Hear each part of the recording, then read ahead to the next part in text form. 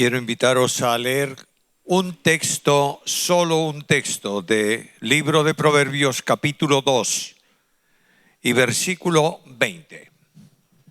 Proverbios 2:20 dice así el Señor por medio de su palabra: así andarás por el camino de los buenos y seguirás las veredas de los justos.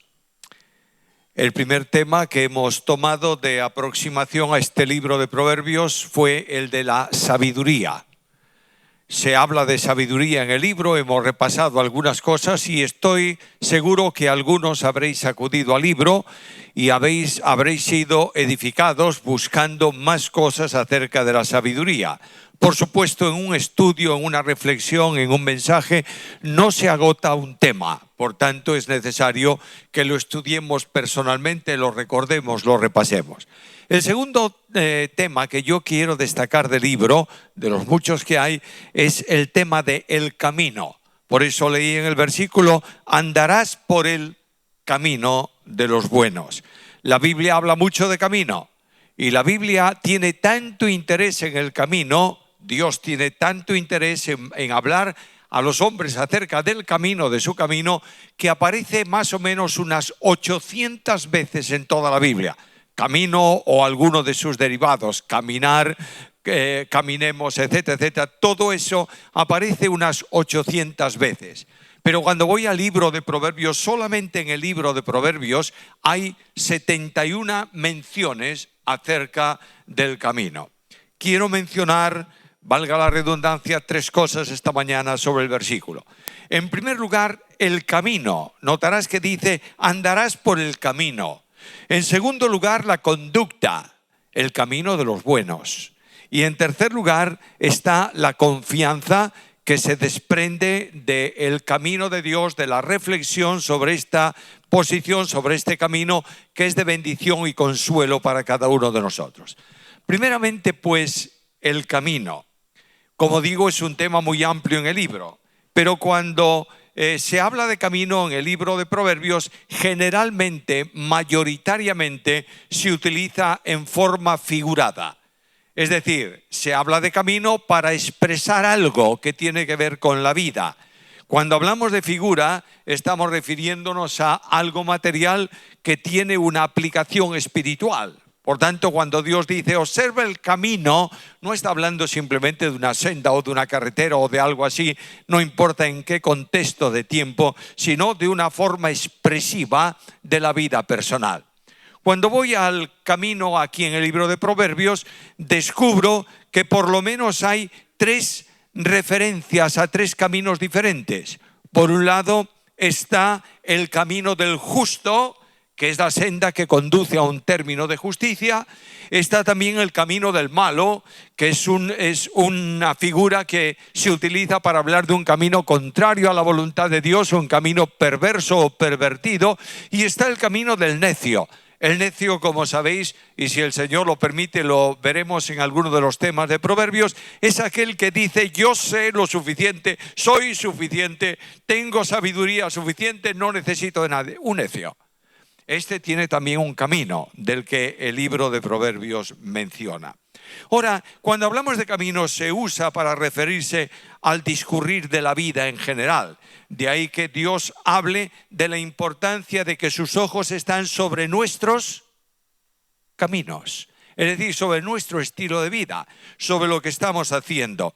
Y la gran importancia del libro de Proverbios, lo veremos enseguida, Dios mediante, es que el libro centra la atención suprema en el camino de Dios. Es decir, el camino que Dios establece. Y por eso también otro libro sapiencial, el pastor Juan Marcos mencionaba este libro de los Salmos como escritura sapiencial. En el libro de los Salmos, en el capítulo 67 y en el versículo 2, leo estas palabras: para que sea conocido en la tierra tu camino y en todas las naciones tu salvación. Vincula camino con salvación. No hay camino de Dios que no esté involucrado en salvación. El camino de Dios siempre es un camino que está en el cual la salvación está siempre presente. Jesús, Juan 14:6, habla de la salvación y habla del camino, y dice también el Señor en su ministerio: yo soy el camino y la verdad, ¿sí? Y añade: nadie puede venir a Dios, nadie va a Dios si no es a través de mí. Ahora, cuando hablamos de camino que conduce a Dios, que nace en una esfera de relación y de salvación, tengo que entender también que hay una puerta para acceder a ese camino. La puerta, por supuesto, en la Biblia está hablando simbólicamente lo mismo que del camino. Nosotros usamos también estas expresiones a veces. Imagínate que yo voy a tomar la autopista a La Coruña, busco la entrada y entro a la autopista. Eso es simbólicamente una puerta. No está puesta ahí, pero yo entré por la entrada, por la puerta de la autopista. Y pregunto: ¿cuál es la entrada al camino de Dios? Y la Biblia me responde inmediatamente: yo soy la puerta. El que por mí entrare será salvo. Ahora, este camino, una vez que tú accedes al camino de Dios, automáticamente tienes acceso continuado a la presencia, porque Dios mismo es el camino. Jesús dijo: yo soy el camino. Por tanto, la comunión con Dios es continua, constante en ese camino. Leo un pasaje de la carta a los Hebreos en el capítulo 10, versículos 19 al 22, que dice así: así que, hermanos, teniendo libertad para entrar en el lugar santísimo por la sangre de Jesucristo, por el camino nuevo y vivo que Él nos abrió a través del velo, esto es, de su carne, y teniendo un gran sumo sacerdote sobre la casa de Dios, acerquémonos con corazón sincero, en plena certidumbre de fe, purificados los corazones de mala conciencia y lavados los cuerpos con agua pura. ¿Podemos acceder a dónde? A la presencia de Dios. Dios está presente en el camino, Dios es la puerta, Dios es el camino. Por tanto, nosotros caminamos en un camino de comunión permanente con Dios. Y lo que dice el texto bíblico es que en ese camino la vida del cristiano tiene que ser una vida purificada de mala conciencia. ¿Sabes lo que significa? Que no tengas en tu vida nada que esté acusándote. Y la mala conciencia se resuelve inmediatamente mediante confesión. Ninguno de nosotros deja de pecar, es decir, somos pecadores, unos más, unos menos, caemos en el problema del pecado, pero la solución inmediata es confesar nuestras faltas y automáticamente la comunión de ese camino nuevo que Dios traza se restaura para nosotros y tenemos relación con Dios.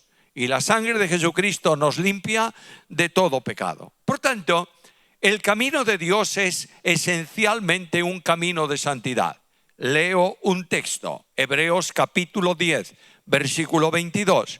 Acerquémonos con corazón sincero, en plena certidumbre de fe, purificados los corazones de mala conciencia y lavados los cuerpos con agua pura. Quiere decir que Dios pide en nuestra vida una vida de santidad. Permitidme recordar de nuevo lo que tantas veces menciono, y alguno estará un poco cansado de oírme esa frase: la vida cristiana es una vida de santidad o no es vida cristiana. Lo vuelvo a repetir. Estamos en un mundo relativista hasta el extremo, en donde decimos: bueno, eso no tiene importancia. Uy, eso era para mis padres o mis abuelos, eso era algo de tiempos antiguos, pero hoy cambió. No ha cambiado el pecado para nada en el mundo. Es un mundo pecaminoso y el pecado se expresa de muchas maneras y de muchas formas. Solo el regenerado, el salvo por gracia mediante la fe, vive una vida de santidad porque Dios actúa en él, porque el Espíritu Santo ha regenerado su corazón, porque lo ha liberado del poder esclavizante del pecado, y porque el creyente vive a Cristo, que es santo. No hubo en él maldad ni hubo engaño en su boca. Por tanto, ser cristiano significa vivir a Cristo. Y cuando el Espíritu Santo reproduce la vida de Cristo en tu vida, tú eres santo, y la palabra de Dios dice: sed santos porque yo soy santo. No dice cómo, dice por qué. Es decir, si fuese como, sería imitar.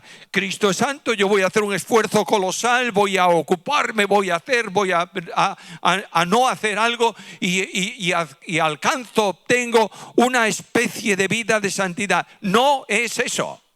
Nunca puedes ser santo tú por tu fuerza. Solo Dios, que produce en vosotros el querer como el hacer por su buena voluntad. Ser santo no es ser religioso, es ser cristiano. Y ser cristiano no es otra cosa más que seguir a Cristo, viviendo a Cristo. Permíteme recordarte un poco a la luz de Proverbios cómo es el camino de Dios. Capítulo 3, versículo 17. Sus caminos son caminos deleitosos y en todas sus veredas paz. Camino de delicias. Y es un camino de delicias porque es un camino donde la paz se manifiesta, donde Dios protege, preserva, ayuda, actúa en el camino para que el creyente pueda encontrar limpia la senda en su tránsito. En aquel tiempo antiguo, Dios había establecido lo que se llamaba en Israel las ciudades de refugio. Tenéis idea de lo que hablo, ¿verdad? Todos sabéis lo que son las ciudades de refugio. Bueno, esas ciudades puestas, distribuidas en el territorio de Canaán que Dios da a Israel como cumplimiento de su promesa, y en esas ciudades de refugio, cuando alguien cometía un homicidio involuntario, es decir, estaba cortando un árbol y se le escapó el hacha y mató a otro, él corría rápidamente y se refugiaba en esa ciudad de refugio.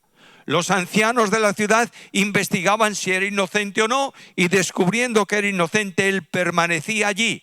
Nadie podía tocarle y vivía de esa manera en la ciudad durante la vida del sumo sacerdote. Cuando el sumo sacerdote moría, él podía salir e irse a cualquier otro lugar porque ya había sido liberado del problema que tenía en cuanto a la venganza de la sangre vertida por él.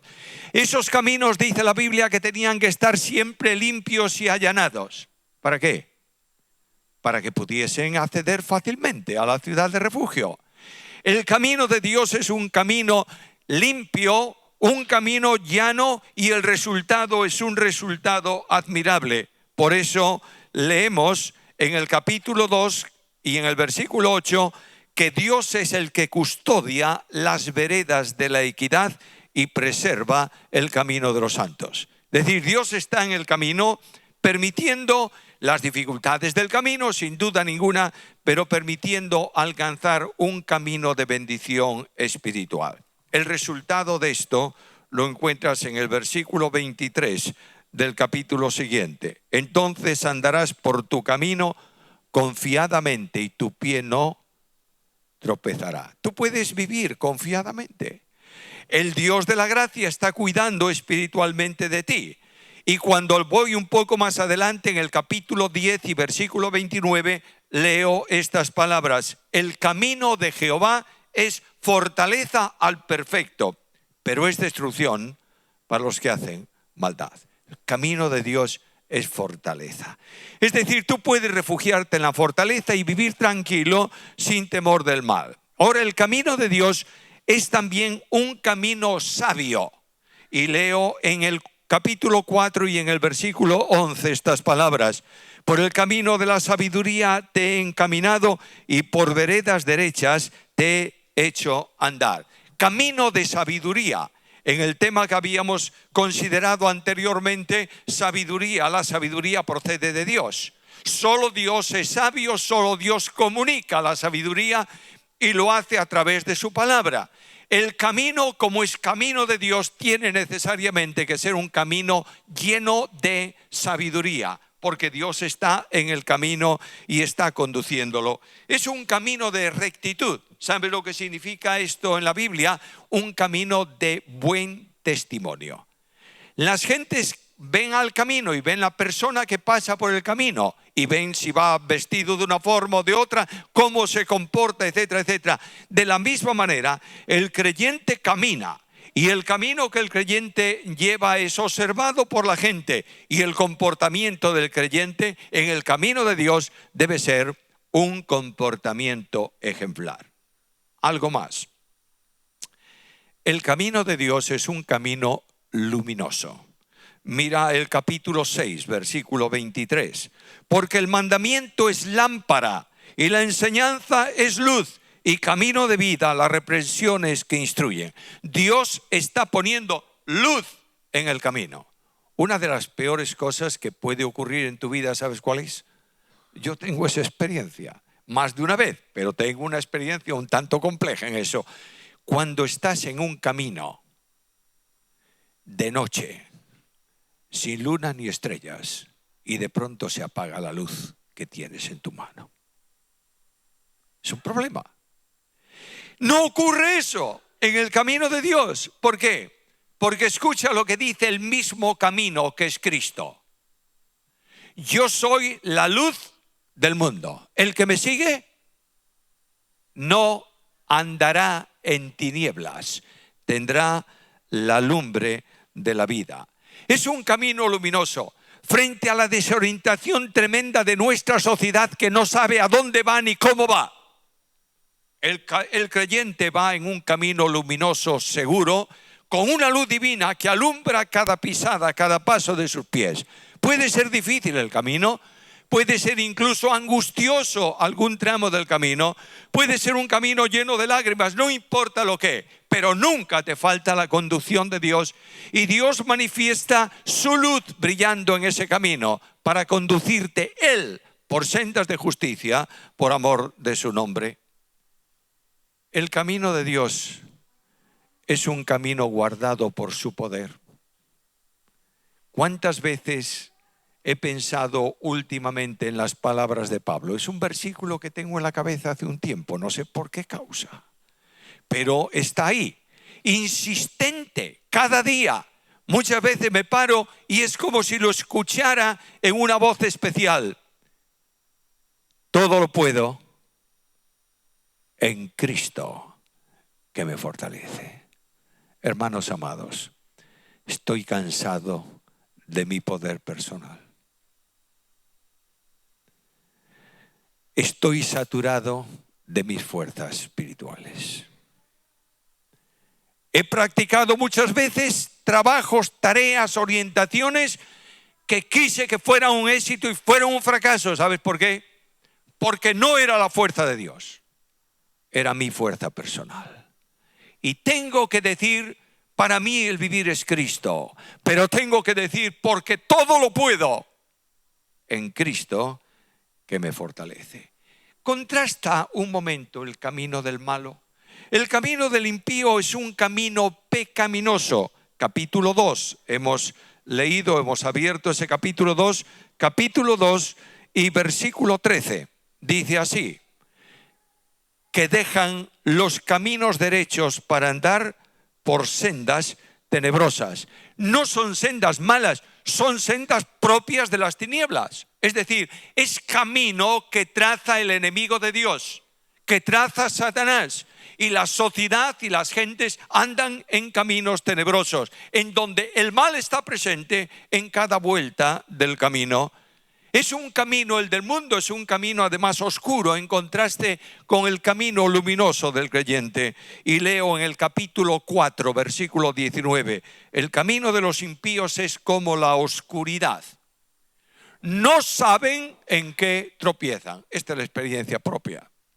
Tú vas caminando por un lugar donde no tienes luz ninguna, no te extrañe que tropieces. Vas a tropezar porque no tienes luz clara para ver dónde ponen los pies. Además, el camino del creyente es un camino controlado por Dios, bendecido por Dios, protegido por Dios, amparado por Dios, fortalecido por Dios, mientras que el camino del malo es camino abominable para Dios. Leo capítulo 15 y versículo 9.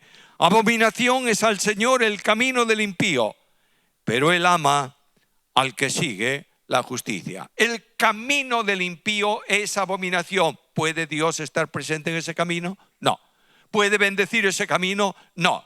Y el impío no solamente es el que niega la realidad de Dios o niega algunas verdades esenciales de la fe. El impío es el que vive hipócritamente, alabando a Dios con su boca y desconociéndolo con su corazón. ¿Entiendes esto? El impío vive involucrado en la religión, pero la religión no salva ni santifica. Es Cristo y es el poder de Dios el que lo hace. El camino del malo es un camino arrogante. Capítulo 12, versículo 15. El camino del necio es derecho en su opinión, pero el que obedece el consejo es sabio. Esto es bueno porque yo lo digo. ¿Lo visteis alguna vez? Bueno, tal vez no con estas mismas palabras, pero ¿habéis visto a un tozudo que se empeña en seguir el camino? Tú dices, ¿se va a estrellar? Pero este es el camino correcto porque yo soy sabio para establecer el camino. Ese es el camino del fracaso espiritual. Y los caminos del malo son siempre caminos equivocados. Hay camino que al hombre le parece derecho, pero su fin es camino de muerte. Capítulo 14 y versículo 12. Una cosa más y voy a pasar a otro punto. El camino del malo es un camino de fracaso y de hastío. Leo capítulo 14, versículo 14. De sus caminos será hastiado el necio de corazón, pero el hombre de bien está contento con el suyo. Nota un contraste en el versículo. 2 veces aparece camino, uno en plural, caminos, y otro en singular, camino. El hombre tiene multitud de caminos. Puede dejar este camino y tomar otro y otro, no importa cuándo. ¿Qué ocurre con esos caminos? Se llena, se hastía, está cansado, saturado en su corazón. Está harto de caminos. El creyente tiene solo uno, el camino de Dios. ¿Y qué dice? Está contento con el suyo. Muchas veces Satanás viene a nuestra vida y dice, seguro, mira que el camino que tú estás llevando es un camino de lágrimas. Mira que el camino que tú llevas es un camino de tristeza. Parece ser que Dios no está en ese camino, porque Dios es bueno, es compasivo y es misericordioso. ¿Por qué te trata así? Lo único que tengo que decir por la luz de Dios en el camino es que Él me dice, yo estoy contigo. Y me da fuerzas para dar un paso más en la carrera de la vida cristiana. No quiero pedir al Señor, Señor, ayúdame los años que me quedan por delante a vivir de una forma santa. Le pido simplemente, Señor, que esta tarde sea mi camino un camino luminoso porque tú estás a mi lado.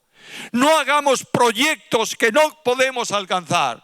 No pensemos en cosas que no somos capaces de encontrar. El camino de Dios es continuado, pero yo necesito aliento, alegría, gozo, luz, esperanza en cada paso del camino. Y pido a mi Señor, ayúdame, Señor, a dar un paso más.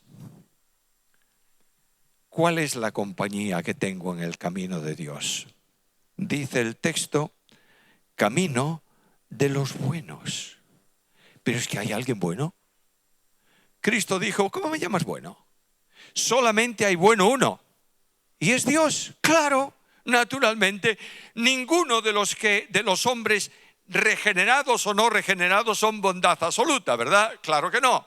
Pero lo que yo encuentro aquí es que estoy en una compañía de personas que disfrutan la bendición del perdón de sus pecados, la seguridad de la vida eterna, la comunión y relación con Dios, que viven santamente siguiendo a Jesús en el camino. Y estos son los que caminan al lado en la senda del camino de Dios. Son compañeros edificantes. Escucha lo que dice la Biblia. Considerémonos unos a otros para estimularnos al amor y a las buenas obras. ¿Cuál es el comportamiento de tus amigos en la congregación? ¿Qué es lo que hablan contigo cuando terminas la reunión, cuando te reúnes a tomar un café con alguien? ¿Son conversaciones edificantes o son conversaciones no edificantes? Así de sencillo. El creyente que vive en el camino de Dios, todo cuanto él habla conduce al bienestar, a la edificación de los demás. Necesitamos reformar nuestra relación en este sentido personal. En este camino tenemos además la admirable compañía del Señor. Y cuando yo veo el camino de mi andadura, me doy cuenta de algo y quiero dar testimonio de esto. Nunca estuve solo. Y voy al Salmo y leo estas palabras: aunque ande en valle de sombra de muerte, no temeré mal alguno. ¿Por qué? Porque tú estás conmigo. Hubo momentos tremendos en mi vida personal, en mi experiencia personal. Hubo momentos de intensas lágrimas, de profunda angustia. Hubo momentos en que yo dije al Señor: no quiero seguir. Y hubo mucho tiempo en que yo pregunté al Señor cada instante ¿por qué?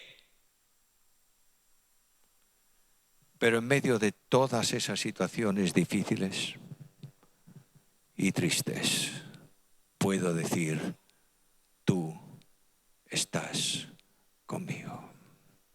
¿Lo entiendes?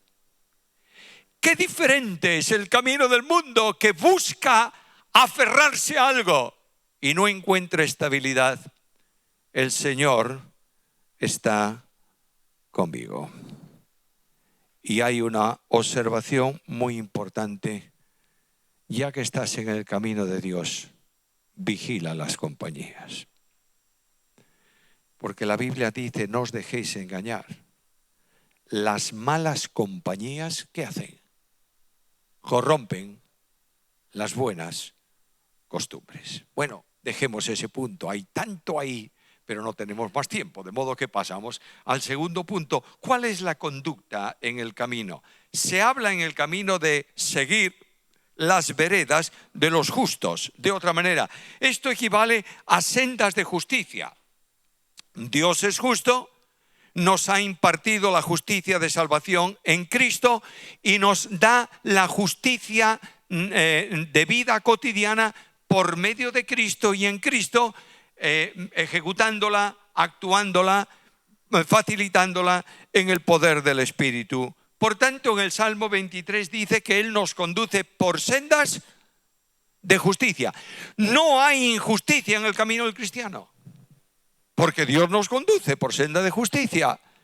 Las injusticias las cometemos nosotros. Y muchas veces los creyentes nos sentamos al borde del camino y no caminamos. O nos volvemos unos pasos atrás. No es culpa de Dios, es culpa nuestra.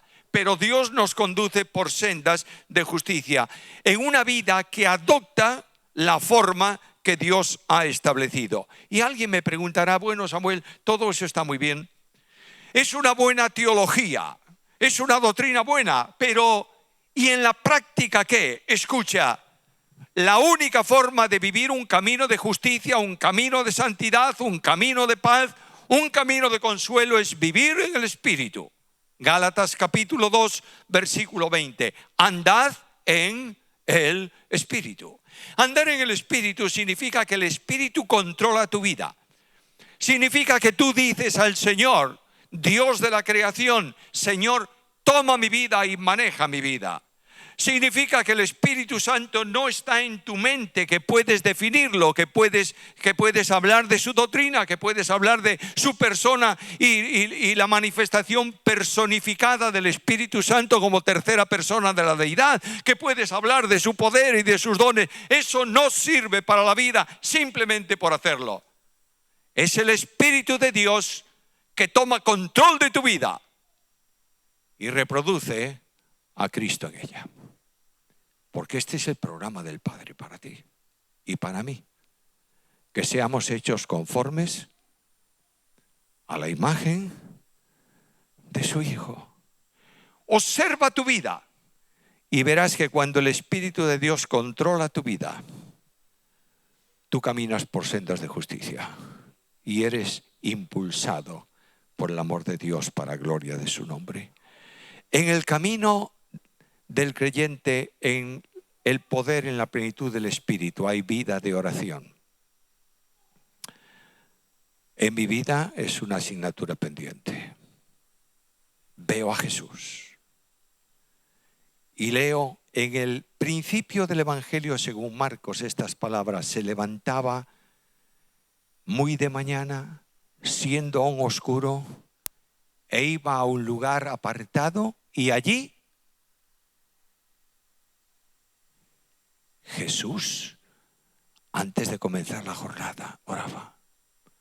Y Jesús tiene que tomar decisión trascendental en su vida. Tiene que escoger a los 12 apóstoles. De en medio de toda aquella gran cantidad de discípulos va a escoger a 12. ¿Qué hizo Jesús? Bueno, currículum vitae de cada uno de ellos. Vamos a ver, este tiene esta característica, este es así. No.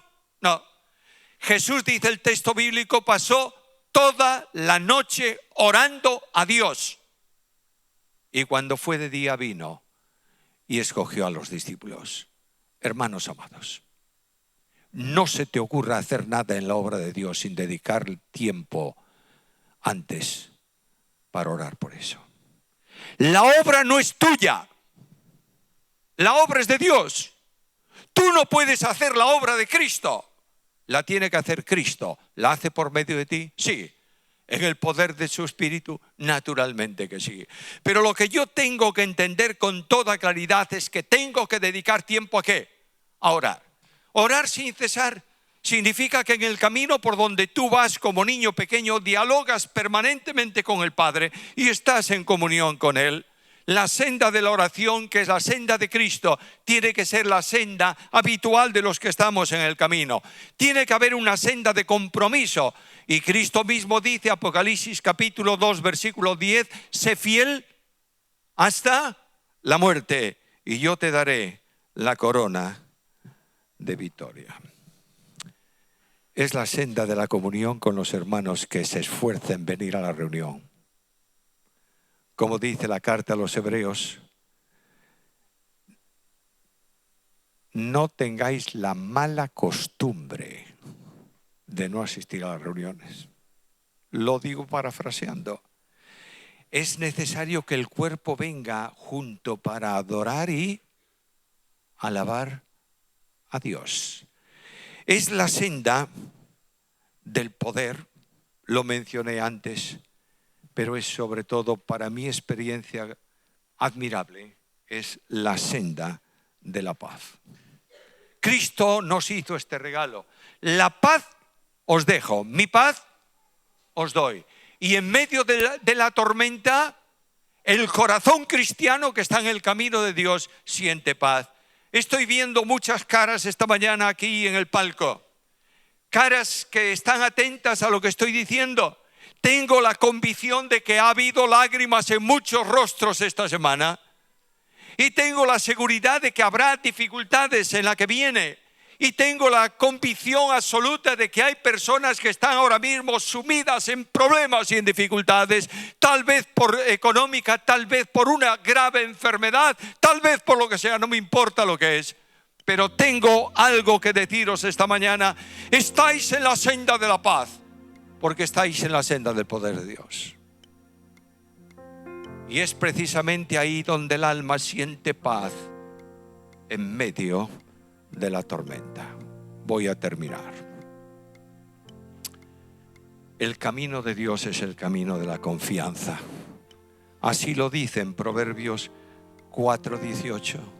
La senda de los justos es como la luz de la aurora, que va en aumento hasta que el día es perfecto. Mientras que el camino del malo termina en el fracaso, la senda de los justos adquiere nueva dimensión. Más allá del tránsito de esta vida, no somos perfectos, pero proseguimos a la perfección. Y Dios me dice hoy, yo te fortaleceré y caminarán en mi nombre, dice el Señor. Zacarías capítulo 10, versículo 12.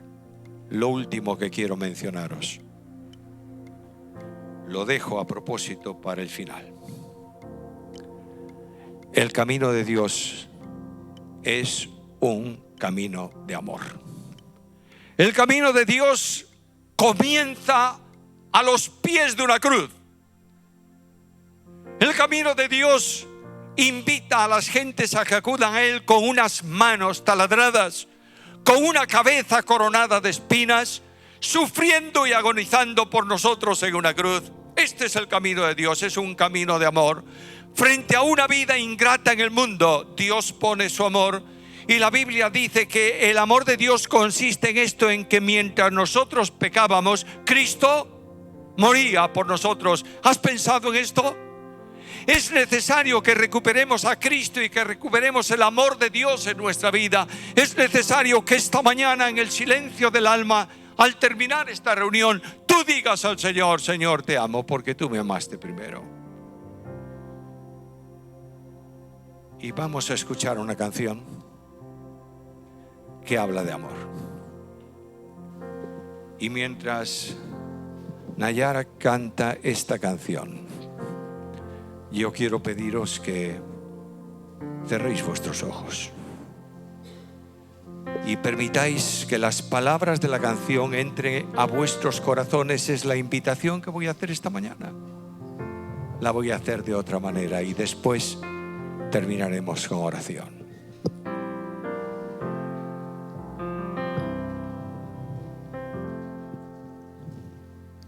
Dejó su trono de gloria, sabiendo cuál era el fin, que en el monte Calvario habría de morir en la cruz por mí.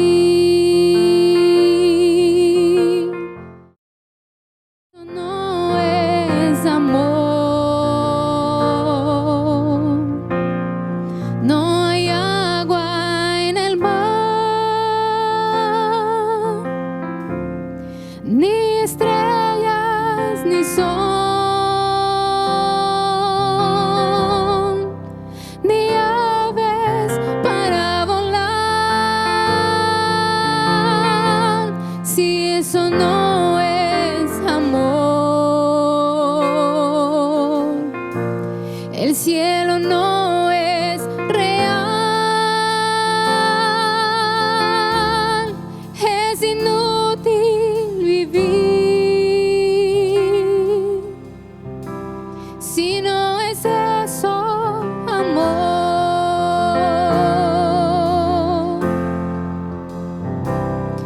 Aún en su horrible suplicio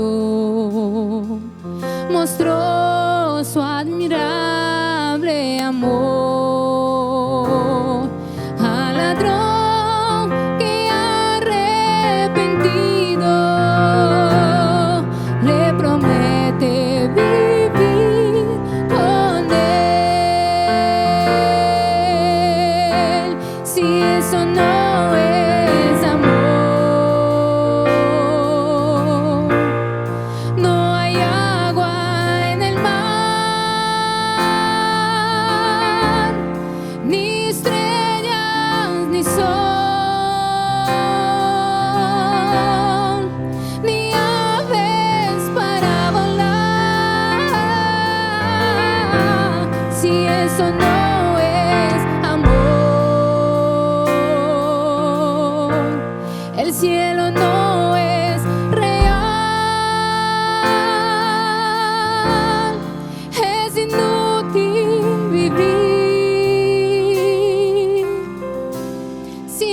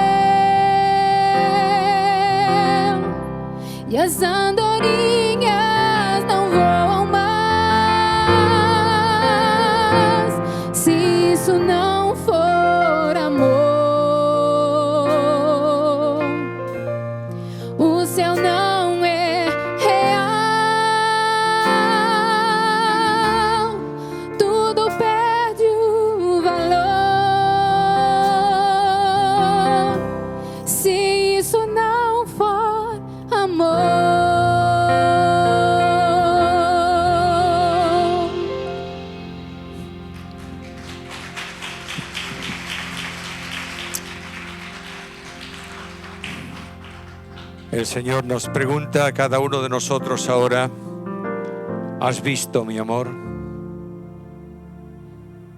Y hay una respuesta en nuestra alma: te amo, Señor, porque tú me amaste primero.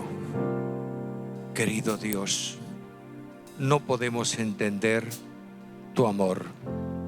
No podemos discernir claramente la grandiosidad del camino, pero te pedimos que esta semana caminemos en las huellas de Jesús, en santidad de vida. Hay dificultades y hay problemas, Padre querido, pero tú tienes poder para llevarnos y remontar las dificultades, que tu gracia es mayor que nuestras tristezas, tu amor más grande que nuestras lágrimas. Gracias, querido Dios. Despide a tu pueblo con tu bendición y danos la dicha de poder verte personalmente en cada momento de nuestro camino. Gracias por todo, Señor, en el nombre de Jesús. Amén.